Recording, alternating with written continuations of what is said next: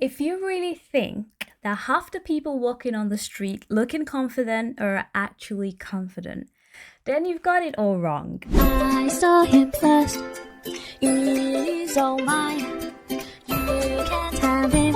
No, I saw him first. I saw him first.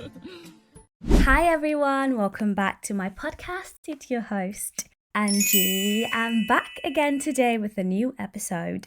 If you don't know, I'm a biomedical science graduate with a particular interest in neuroscience. So I'm bringing the facts for you today. I am bringing the science. Confidence. What even is confidence? Confidence.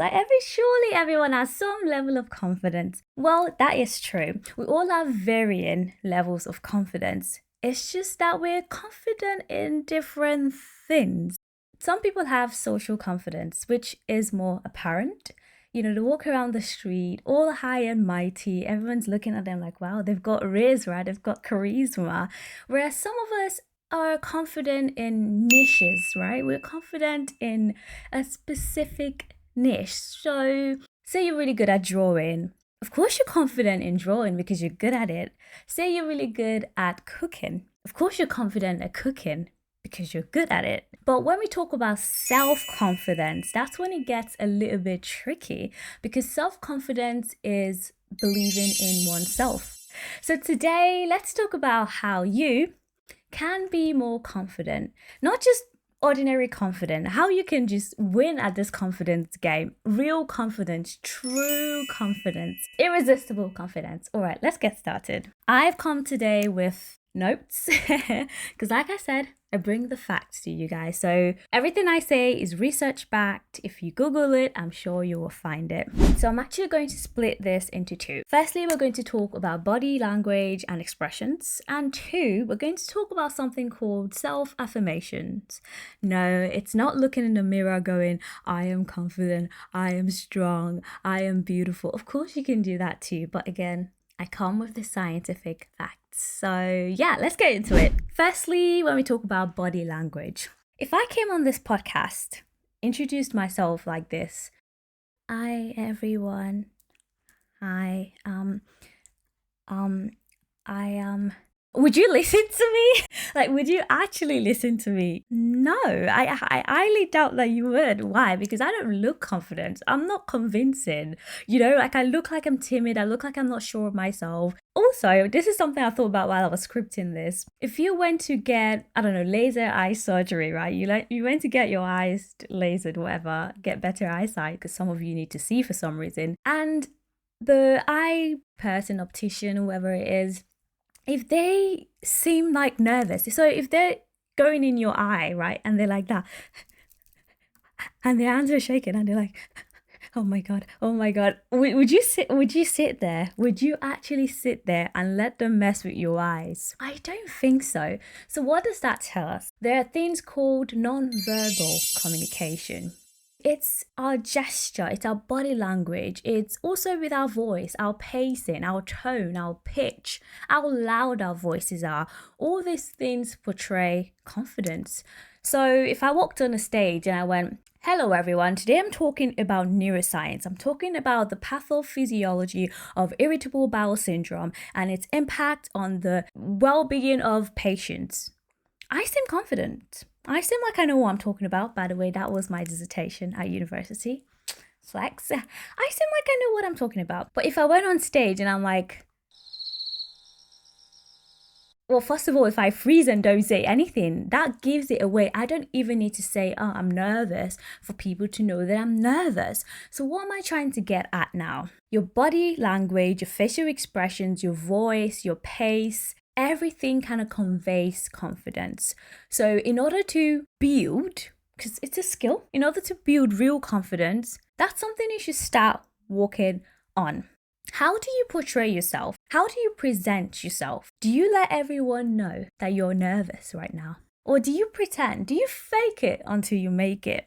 Scientists found that when you put your hands on your waist like this, for only a couple of minutes, your testosterone levels go up and your cortisol levels go down. Now, testosterone is associated with confidence and power and assertion. Cortisol is the stress hormone. If your cortisol levels are too high, then you're way too stressed. So why is it? Why is it that just putting your hands on your hips, on your waist, not only conveys confidence, but actually makes you feel more confident? It's because that action, it's called a high power pose. Being in that position actually sends signals to your body. Isn't that crazy? Being in that position, acting, portraying, conveying, pretending, faking confidence actually makes you confident.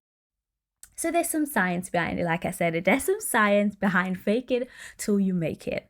So besides the gesture, besides the posture, of course, stand up straight, there's also eye contact. Let's say you're on a date and you're trying to seduce that person. This is a dating and development, self-development podcast after all, so let's talk about it. So you're on a date and you want to flirt. It's a first date. You're trying to get this guy, to fall in love with you. Are you going to be like, or are you going to be like,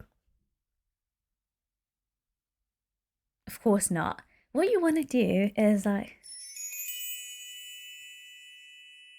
eye contact. When he's speaking, you want to sort of like, blink a little bit, tilt your head, your body language. When you lean forward, it conveys that you're interested. It conveys confidence.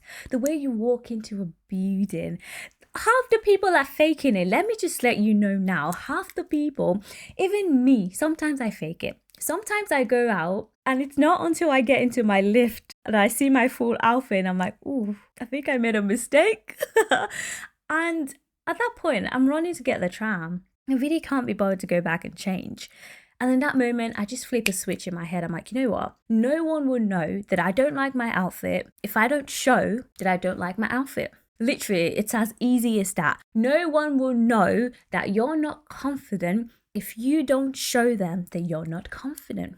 So another study actually went further to say that people that put their hands on their waist, on their hips before a job interview did significantly better in their interview. Isn't that crazy? Isn't our body, our mind so powerful? It triggers some kind of, neuroendocrinology. So it means that your body releases oxytocin and dopamine from, feeling confident, and then it makes you active and more confident. And that leads me to the second point, which is self-affirmation. It's also called the competence-confidence loop. You're creating evidence for your competence, and that builds confidence. So if you're nervous or unconfident about playing the guitar, the only way to truly build confidence in playing the guitar is to learn to play the guitar. It sounds straightforward, but most of us will not think of it like that.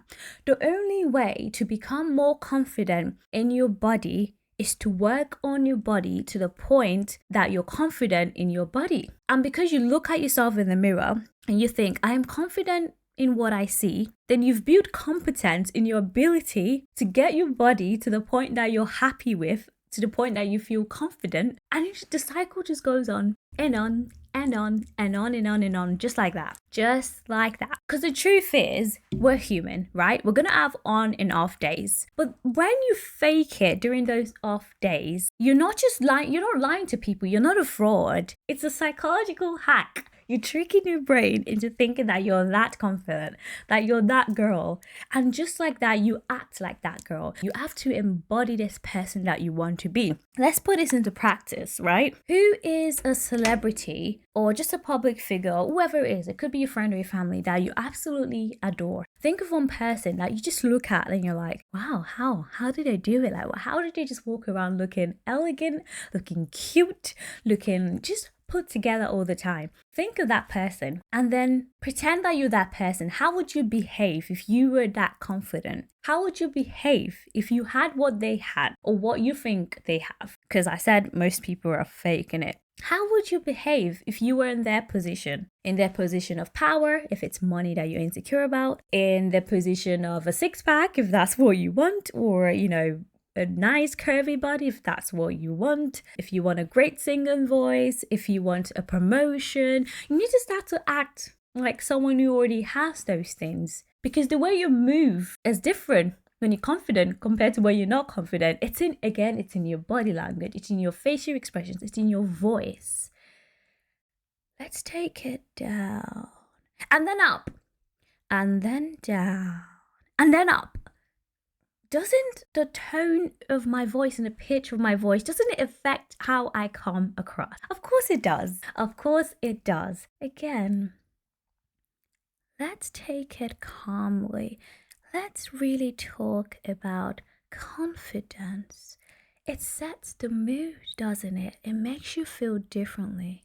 But if I just talk normally like I normally do, I talk very assertively, like I know exactly what I'm saying. So even when I'm chatting shit, you might not know that I'm chatting shit because I say it so affirmatively. I say it so assertively. I say it so strongly. And I pretend sometimes, a lot of the time, I know a lot of what I talk about on this podcast is research backed. I try to do a bit of research before I come on. And because I studied biomedical science, I already know things up here. So the level of research I do varies depending on the type of content. When I made my video about hypergamy, I had to do a bit more research on that. So that I actually came prepared for. But there's been a bunch of videos where I don't know what I'm going to talk about. I really just pick a topic and I'm like, you know what, I'm going to wing it. I'm going to get on the screen and just say what I want to say and just say it so confidently that it doesn't look like I'm not prepared. So you can't just sit there and say you're not confident and expect someone or something to save you. You can't just sit there and be like, you know, some people have it, some people don't. Lies. That is a lie. No one is born with utmost confidence. We could have it to different levels. Again, some people are just socially more outgoing, extroverted, but that doesn't always mean they're confident. In fact, some people that are the loudest voices in the room are the most insecure. That is the truth. You could be an introvert and be confident. Don't let loud voices fool you. It could be deception. Not everything is what it seems. So what am I trying to say? Get off your ass. Kim Kardashian said, I know people shit on her, but she's like, nobody wants to work these days. Nobody wants to work these days. It's kind of true. Everyone sort of wants the easy way out, but sometimes you have to work for it, okay? And the interesting thing is this is actually something easy that you can do. And it's science. You can't mess with science. It's neuroscience. What you tell yourself, what you tell your brain, you know, if you want to make it woo-woo, let's make it woo-woo. Look in the mirror. A lot of people believe in affirmations because it's got some facts to it. It actually is science. That what you see is what you believe. If you look in the mirror and see a beautiful woman, a very handsome man, someone who's got their shit together, someone who is proud of themselves, if you look in the mirror and see that, then that's who you are. But if you look in the mirror and have negative self-thoughts and speak negatively of yourself, then that's who you are. That's who you perceive yourself to be, so that's who you are. What you see is what you believe. It's woo-woo, but it's true. There is some science behind pseudoscience. It's called pseudoscience for a reason. All this affirmation manifestation. It's because you say it so much that you actually begin to believe it. There's not much to manifestation. There's no, universal.